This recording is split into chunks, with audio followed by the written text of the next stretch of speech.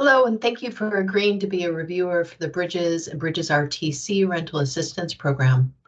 This tutorial is short and will give you the information you need to score the applications. Minnesota Housing provides access to safe, decent, and affordable housing and builds stronger communities across the state. Minnesota Housing offers products and services to help Minnesotans buy and fix up their homes and to stabilize neighborhoods, communities, and families. Bridges and Bridges RTC is a program of Minnesota Housing in partnership with the Department of Human Services. This tutorial will cover the following topics: the conflict of interest and non-disclosure agreement, an overview of grant information, scoring the application, the review criteria for Bridges as well as Bridges RTC, review criteria for new applicants, and current grantees, and an overview of the timeline for the review. You all should have received a list of applicants and signed the COI or the COI and non-disclosure agreement. Just for clarity, state staff receive the conflict of interest and data practices, and community reviewers do the COI and the non-disclosure agreement. If you find as you were reviewing that there is a conflict of interest, please stop reviewing the application and contact me. The first topic to cover is some basic grant information. Bridges and Bridges RTC funds agencies to provide rental assistance for people who have low incomes and are experiencing mental illness.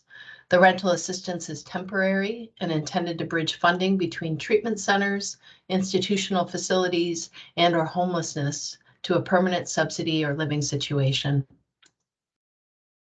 Minnesota Housing currently provides funding statewide to housing agencies, tribal nations, and community-based nonprofit organizations. Funds are awarded through this competitive RFP process. Bridges and Bridges RTC is a combined RFP this biennium, and the grant cycle for both programs is a 2-year grant cycle beginning July 1st, 2023 and ending June 30, 2025. In this grant term, we have up to $11,500,000 available for rental assistance for both programs. Bridges grants do not provide funding for services. Service funding is available through the Department of Human Services.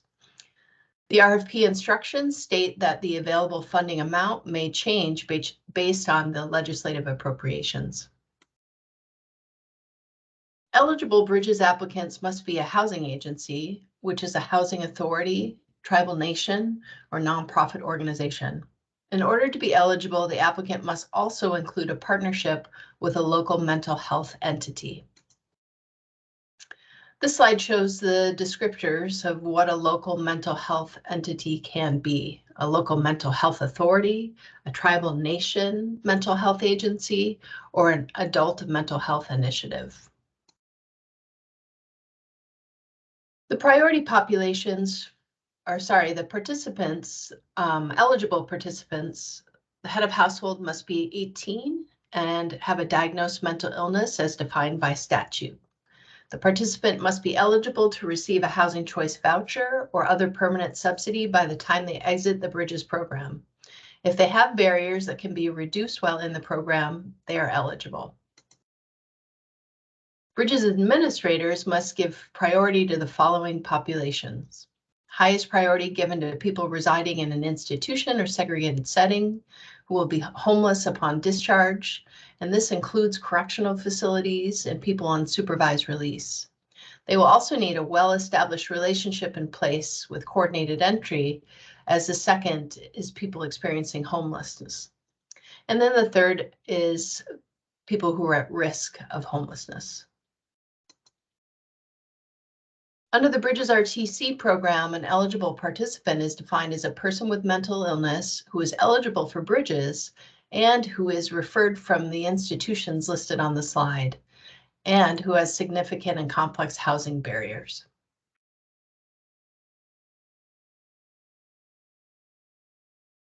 These are the eligible uses of the funds, and they have been expanded to further assist getting individuals with barriers into housing.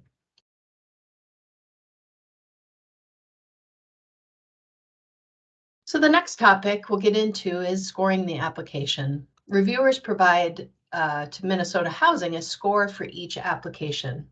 The scores will be used to help determine funding for each applicant, but will not be the deciding factor on receiving funding.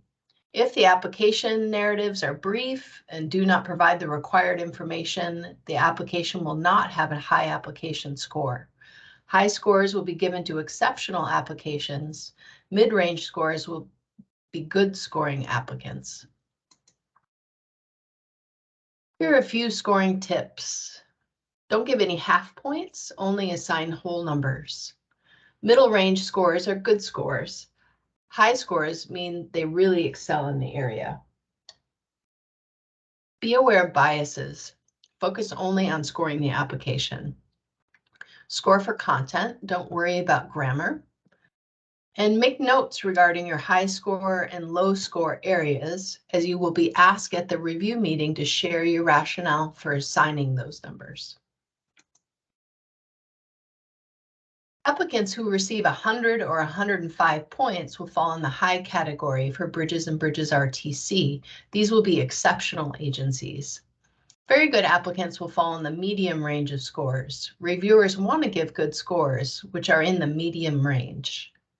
Each Bridges application will receive a score from 0 to 100, with 65 points scored by reviewers and 35 points for performance capacity. I, as the Bridges program manager, will score for the performance capacity. Also note that Bridges RTC applicants can receive up to 105 points, 70 points from reviewers and 35 from the performance capacity. Comments are helpful to better understand your score. The section that comprises the 65 and 70 point range will be scored by the reviewer. I score the remaining 35 points. Very good applicants will fall in the medium range of scores. Reviewers want to give good scores, which are in the medium range. The next topic covers the review criteria, and these slides are helpful to have open while you do your review. The highest priority will be given to people residing in an institution or other segregated setting who will be homeless upon discharge. This section will be looking at whether the applicant is able to access the highest priority populations. The second priority for people experiencing homelessness. And then again, the third party is for people at imminent risk of homelessness. Priority populations is the first category in the scoring methodology. If there are capitalized terms in these slides, those terms have an appendix, which I've attached to your email. And these are definitions. So if you're not clear on what the definition of that term is, you can refer to the appendix for more clarity. For this scoring section, there should be a plan to reach people in institutions, segregated settings, correctional facilities, and those on supervised release. You're also determining if the applicant's waiting list practices demonstrate the commitment to equity and access. You're also determining if the population is prioritized for Bridges participants. Read the language in each of the scoring ranges to best understand how to score low, medium, and high. Again, high scores are exceptional organizations. The second section is program design and implementation.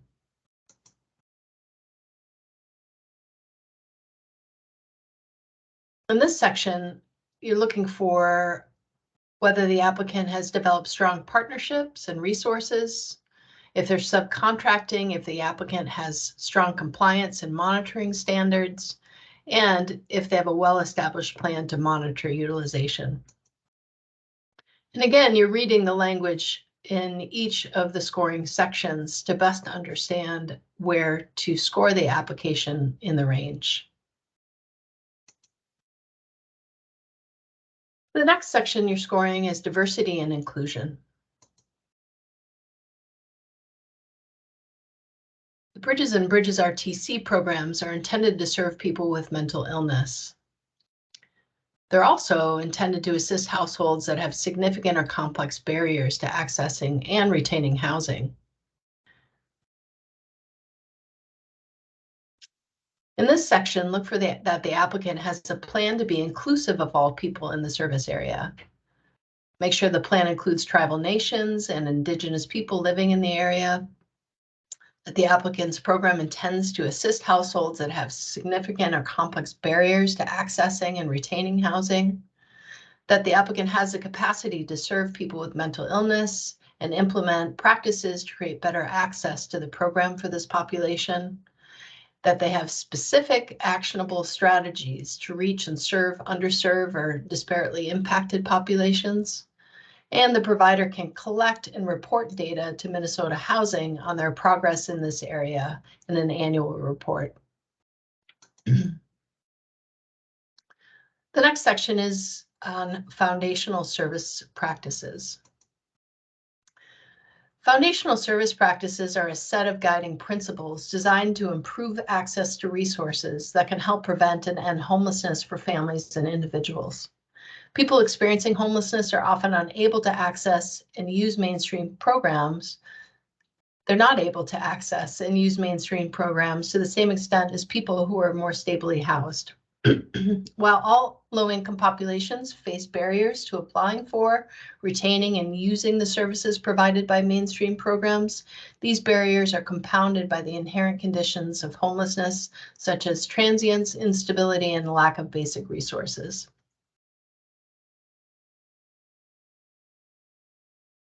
The next section is services. In this section, you'll be looking at the agency's service capacity. And this is with their partner, which is the local mental health entity. In this section, you're making sure the applicant describes specific and actionable service strategies that have been effective in helping ensure housing stability for participants. That the applicant has a strong, clearly defined plan on how to work with service providers to create service choice for participants. And the applicant has a well-developed process in place to assist participants with the transition to a permanent subsidy or to increase income.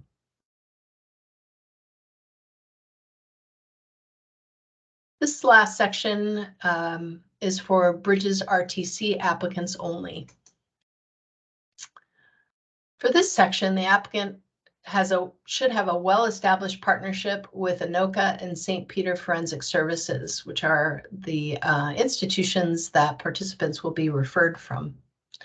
They also should have proven engagement strategies for participants with high barriers to housing.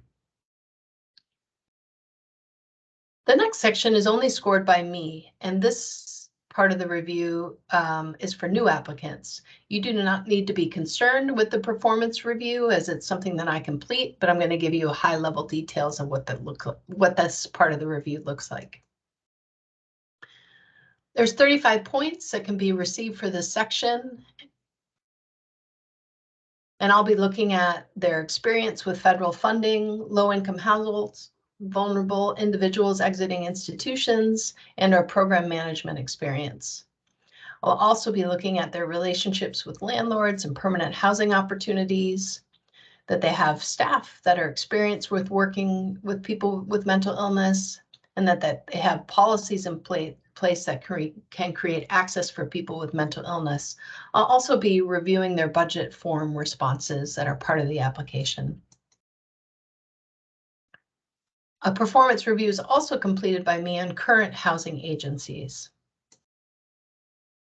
I'll be reviewing their utilization of grant funds, their target number of households, and the number that they actually served. Looking that their reports were submitted on time in the last contract term, that they've been in communication with Minnesota Housing, and again, their budget form responses. That completes the sections for your review, and the last few slides will give you information on the timeline to complete your review. So you have received your applications, and you've reviewed this tutorial, hopefully, so that you can begin scoring. You received them on the 21st of February, and the review needs to be completed by March 6th, which is the day we have a reviewer meeting at 12 noon. for approximately an hour that day. As soon as your scoring sheets are done, you don't need to wait for the review meeting. You can send your completed scorecards to me via email, and the last slide will give you that email address to send them to. As soon as you complete them, you can get them to me and I'll process the scores onto a spreadsheet. At the reviewer meeting, you need to be prepared to discuss only the real high or real low scores. We'll record all of your scores from your sheets and you need to turn those in by the reviewer meeting, but really just be prepared in your notes to discuss why you scored some higher or some lower, the more extreme scores that you placed on your scorecards.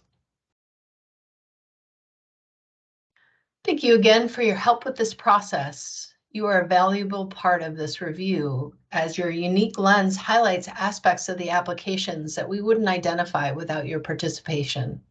Please reach out to me during the process if you have any additional questions or need more assistance. Thanks.